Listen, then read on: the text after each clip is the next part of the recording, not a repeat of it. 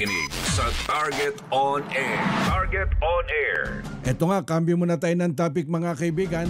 At kailan ba natin huli nakausap? Yung bagong upong governor dyan sa Catanduanes Province. At eto, total din naman po nasa Bicol Province tayo mga kaibigan. At hindi na bago, kumbaga suki natin to.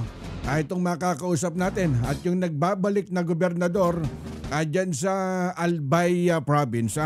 Nasa linya ng ating komunikasyon si Governor-elect, si Governor Noela Rosala. Magandang hapon po, Governor Noela Rosala. Marhay na hapon. Marhay na hapon sa gabos na sa lahat ng mga nakikinig sa atin. Apo, at salamat po sa pagkakataon po, Governor Noel Rosal. At balitaan nyo nga kami na itong katatapos na election, parang tinangka pa yatang harangin yung proklamasyon nyo, Governor. Tama po ba? Yeah, well, doon sa proklamasyon, nagpadala ng abogado yung ating katunggali, si Congressman Joey Salceda. Apa. Na kung sabi niya, na dapat daw hindi ako iproklama dahil nga sa isang pending case at dapat daw siya ang iproklama. And ako naman nagpapasalamat sa ating COMELEC at nanindigan sila na no less the Supreme Court issued a restraining order. Tungkol kasi ito sa kaso ko sa Ombudsman. Apa. Sabi ng Korte Suprema, hindi yan pwede gamitin na pagadlang sa isang kandidato dahil lang may kaso kasi wala pang final judgment. Although may conviction na ang ombudsman, pero nakasaad yan sa batas natin na may right tayo to an appeal. Hanggang walang final judgment, hindi pwede yan katigan o kaya suportahan. Pareho nang sinabi the other day ni Chairman Garcia nung may lumabas sa CA na adverse doon sa desisyon kay Congresswoman Laila De Lima, di ba? Tama po. Sabi niya sa interview sa kanya, hindi natin pwede yan alangin kasi yung desisyon ng CA, pwede pa yan AMR at pwede pa yan appealable to the Supreme Court. Saka wala pang final judgment na pwede natin basan. Kaya pareho din sa akin, almost same na kaso to ang sitwasyon. Kaya po, talagang split second lang hindi pinayagan, hindi na-aprobahan ng provincial COMELEC yung motion ng kabila. Kaya natuloy din po ng walang gulo kasi nga talagang no less the Supreme Court already issued a TRO na payagan magkandidato si Governor Rosal kasi wala pang final judgment. Tama po. At nasa 9,000 lang, nasa 9,000 po ba ang nilamang nyo kay Kong Salceda? 9,000 plus. Yeah. Apa, at kamusta? Ano naging reaksyon ng taga Albay Province nung mabalitaan na kayo muling magbabalik dyan sa Kapitolyo, Governor? Alam niyo ho, hindi naman sa binubuhat natin ang bangko niya, pero masaya ang atmosphere dito sa Albay. Makita mo talaga na gusto pa talaga nilang ibalik ang inyong lingkod. Sa hirap ng dinaanan ko, pinababa ako in just 5 months. Tama Bumaba ako kung exact kung talagang babalikan natin, Disyembre 1 noong 2022. Apa. Ang ibig sabihin, 5 buwan lang ako nanilbihan. Hanggang ngayon, wala tayo sa Kapitolyo. Pero lahat ng harassment ginawa na sa akin, lahat ng kaso sa ombudsman, saan. Pero nakita ko po, ang taong bayan pa rin hindi sila naniwala na ito ay purely, itong ang kaso ko sa ombudsman, although I cannot really discuss it, para sa abogado natin is nuisance ito kasi this is only about movement of people, no? Which is purely a civil service issue, no? Kahit saan ka magtanong, bakit nakarating sa ombudsman? Hindi naman graft case, no? So, dahil 4 na tao, sinabihan ako 4 counts, dismissed from service. Ang masama pa nito, may accessory penalty siya na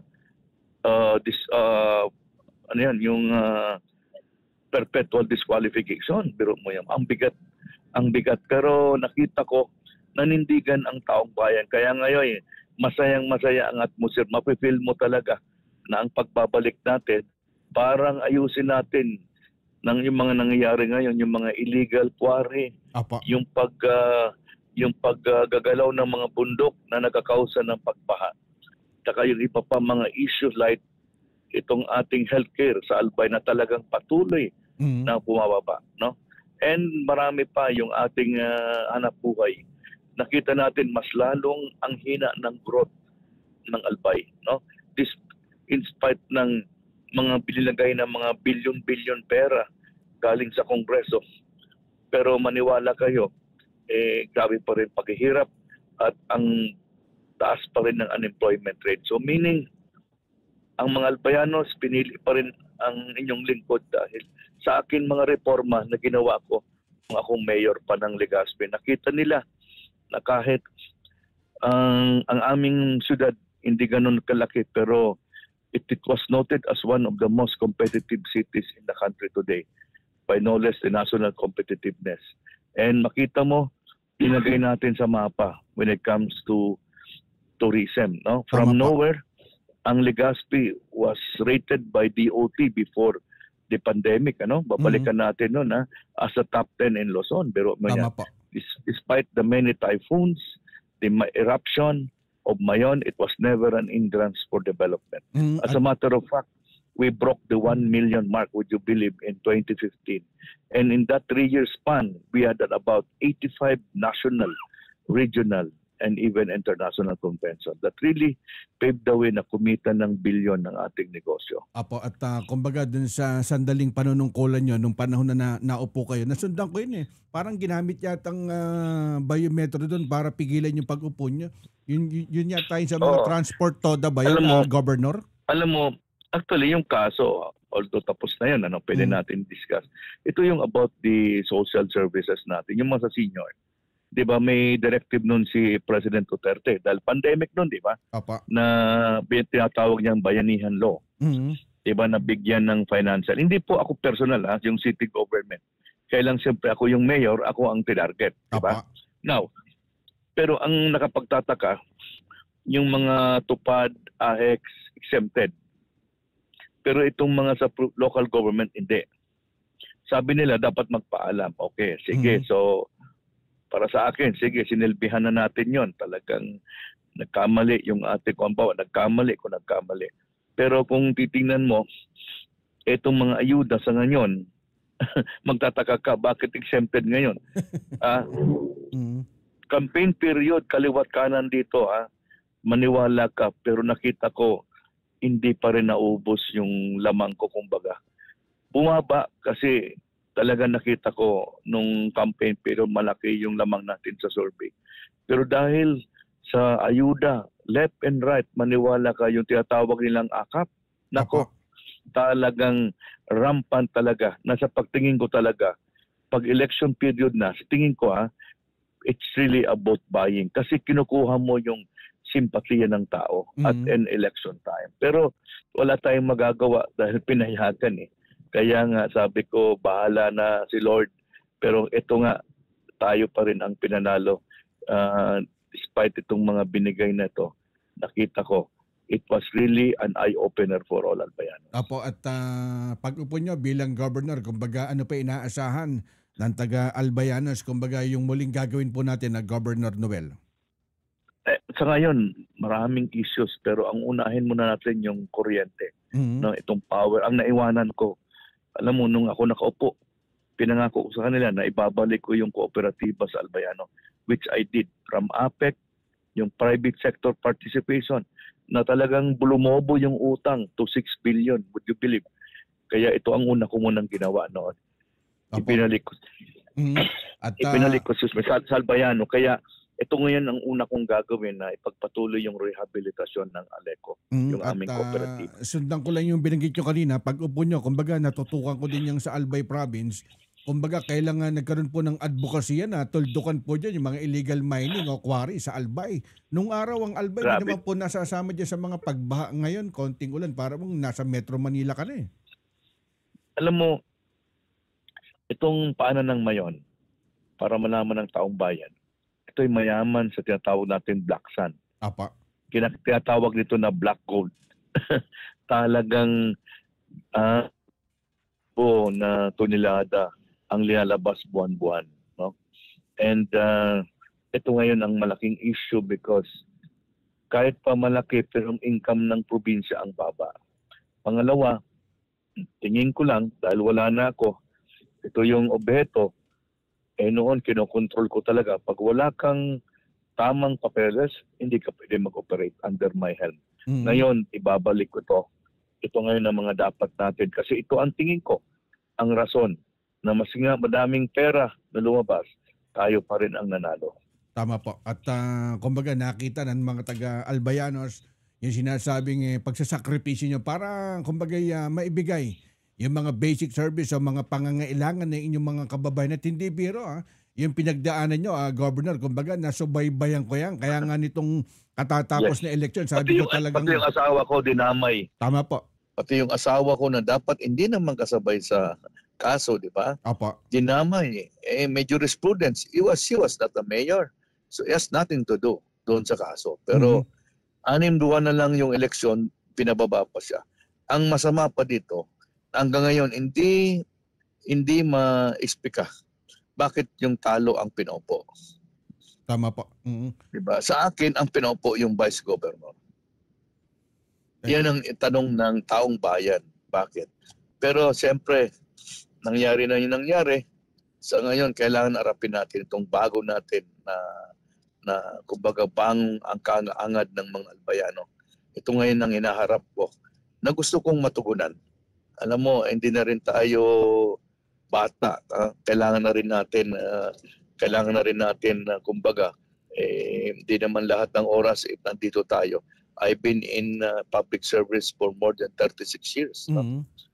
Days back ng barangay captain pa ako noong 1989. It was really a roller coaster. Pero maniwala kayo, 12 elections ang idinaanan ko. No? Lahat yan, lilampasan ko. So ngayon, ito naman gusto ko na ibalik sa mga kababayan ko sa Albay. So asahan nila na pagsisilbihan ko to. And sa tingin ko, kakayanin natin to basta tulong-tulong. Kailangan ko rin ang suporta siyempre ng mga opisyales na nanalo. Na sana kalimutan na natin ang politika. Magtrabaho tayo. Kasi ang taong bayan ay nagmamasid sa atin. At nagtingin ko maraming natalo na mga mabibigat, lalo na sa Albay. Yung mga tinalo ko mabibigat yon. Ang iba doon, mga 27 years undefeated. Pero ngayon natalo. Kaya tingin ko mensahe yon ng mga Albayano na pwede rin mangyari sa amin. Nobody is an exemption here. Kaya kailangan magtrabaho tayo para makita na tama yung kanilang pinili. Tama po. At kumbaga yan yung inaasahan ngayon dun sa pagbalik nyo. At kanina nga bago namin kayo tawagan, kumbaga naikwento ko na rin dito sa programa ko na hindi biro yung pinagdaanan nyo dyan sa Albay Province, Governor. You know, I won by 230,000, no? 18-0, lahat ng munisipyo panalo ako. After ako bumaba, left and right yung kaso ko. Kumbaga talagang titirisin ako. talagang bully lahat, tiris lahat. Maski ito nga ombudsman case na to, nabigla ako. This is a civil service case, pero penal doon sa ombudsman. No? I hope and pray that the CA will see this as an harassment. No? Kumbaga, ang nag-file sa akin, alam mo, nag-file pa media man, is not even a person. Hindi naman pati siya yung taong linipat ko. Dapat sana personal yon. Dapat ikaw magreklamo kung ikaw linipat. Kasi under the civil service rule, may privilege ang chief executive maglipat para sa kaayusan ng serbisyo. Di ba? Ngayon, kung magreklamo ka, sulat ka sa civil service. Bago yan, kaisuhan ka sa ombudsman, halimbawa, dapat meron mo ng reklamo sa civil service. Ito shortcut ito. Kapatid, shortcut ito. Wala akong case sa civil service. Kahit tingnan nyo. Nabigla na lang ako. May kaso na ako sa ombudsman. Which really, nakita ko, part of the devolution job sa akin. Ayaw talaga.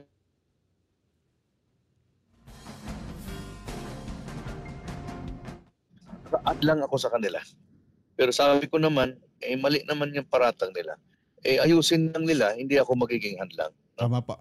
Yun lang naman. Kaya nga nung malaman ko, Hanggang sa huli, proklamasyon na lang hinaharang pa rin. Ewan nga, alam mo yung mga tao sa loob ng hall, akala ko, grabe yung kuha ng mga tao. Natawa na lang ako Kasi nga, yung motion is, may kaso dyan. Dapat ang i-proclaim ngayong araw, itong natalo niya.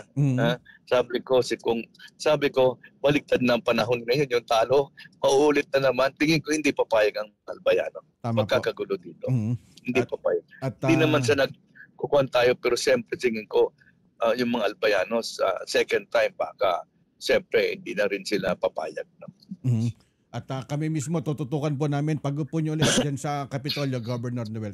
Yes, mensahe po sa inyong mga kababayan na patuloy na umaasa sa muling pagbalik nyo yung gagampanan po natin tungkulin dyan po sa Albayano, Governor. Yes, unang-una salamat sa inyo, Carex, sa pagbigay sa akin ng opportunity ngayon na madinig sa Maynila sa iba-ibang sangay ng ating bansa. No?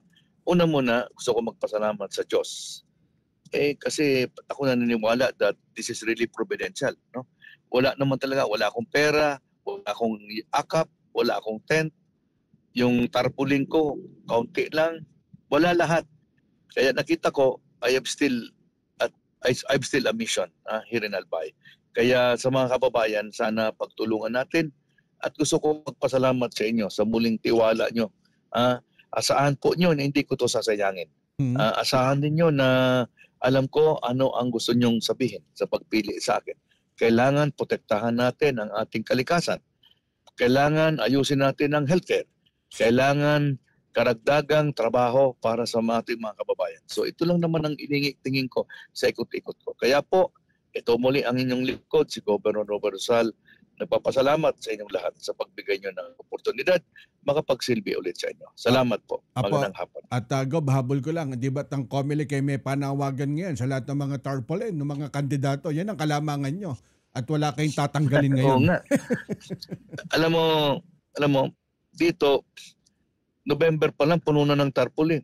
Wala na kayong paglalagyan. Kaya nga nung nandun ako, kuya akong maglagay na, wala na akong mapaglagyan. Wala na kayong sisingitan. Magkano ang tarpaulin? Milyon-milyon yun. Hindi biro yun. Pero anyway, nalampasan na po natin yan. So let it be, sabi nga, be by gun. So tapos na yan, trabaho na tayo lahat. Tama pa. Nakabalik po ang inyong lingkod. Sana pagpalain tayo ng may kapal na magbigyan ako ng lakas para harapin itong ating mga bagong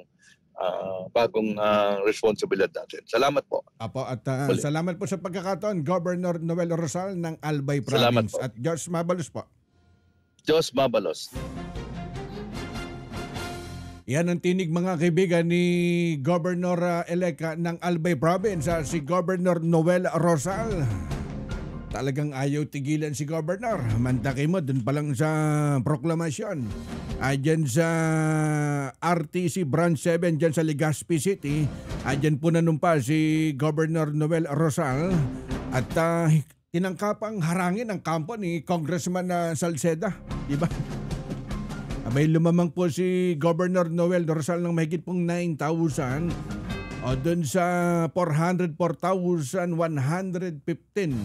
o 404,015 at si Salceda mga kaibigan 394,822 394,822 yung nakuwang boto ni Joey Salceda. Mabigat ang naging laban.